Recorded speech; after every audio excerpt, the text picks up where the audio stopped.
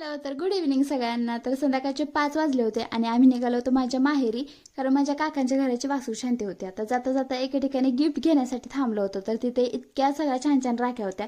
पण मी काय त्यातल्या घेतल्या नाही, कारण म्हटलं परवा जातानाच घेता येतील. आणि जायला तिथे आमच्या अशा खोड्या सुरूच असतात. तिथून गिफ्ट घेतलं आणि लगेच आम्ही निघालो आणि थेट माझ्या काकांच्या घरी पोचलो. तर गेल्या गेल्या काकांकडे गिफ्ट दिलं आणि पूजेला नमस्कार करून प्रसाद घेतला. आणि ह्या माझ्या बहिणीला ना नुकतीच गोंडस मुलगी झाली. म्हटलं थोडा वेळ तिथे बसावं, तर आमचं हे पिल्लू जाऊन तिच्या पाळण्यामध्ये बसलं होतं. तर नेहमीप्रमाणे आम्ही सगळा कार्यक्रम झाल्यानंतर जेवायच्याच टायमाला पोचलो होतो, म्हणून पटकन आधी जेवण करून घेतलं. त्यानंतर गेलो आम्ही माझ्या खूप मोठ्या काकींच्या घरी. आता माझ्या ना सगळ्या चुलत बहिणी आज गोळा झाल्या होत्या. तर ह्या आहेत माझ्या मोठ्या काकी. आता ना खरं तर आपण लहानपणापासून एकत्र खेळलेलं वाढलेलं असतो, पण एकदा का लग्न झालं ना की ह्या अशा म्हणजे कार्यक्रमांशिवाय ना सगळ्यांच्या गाठीभेटी काही होत नाहीत. तर आज ना सगळ्याच आल्या होत्या, सगळ्यांची भेट झाली, सगळ्यांवर गप्पा वगैरे झाल्या, खूप छान वाटलं.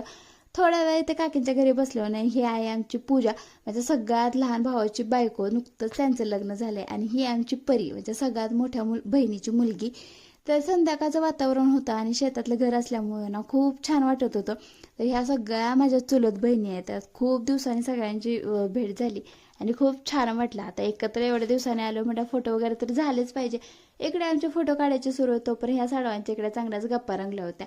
तर चला म्हटलं आता बराच उशीर झालाय, घरी निघावं. तर आमच्या बाळाचं तिथून पाय कुठे निघतोय, जबरदस्तीने त्याला उचलून घेतला आणि निघालो. सगळ्यांना टाटा बाय बाय केलं आणि आम्ही निघालो आमच्या घरी. तर संध्याकाळचे 7:30 वाजले आम्हाला परत यायला. तर हे साहेब तर काय गाडीमध्ये झोपले होते. तर चला, कसा वाटला हा ब्लॉग नक्की कमेंट करून सांगा. आवडला असेल तर लाईक, शेअर आणि सबस्क्राईब करा. बाय.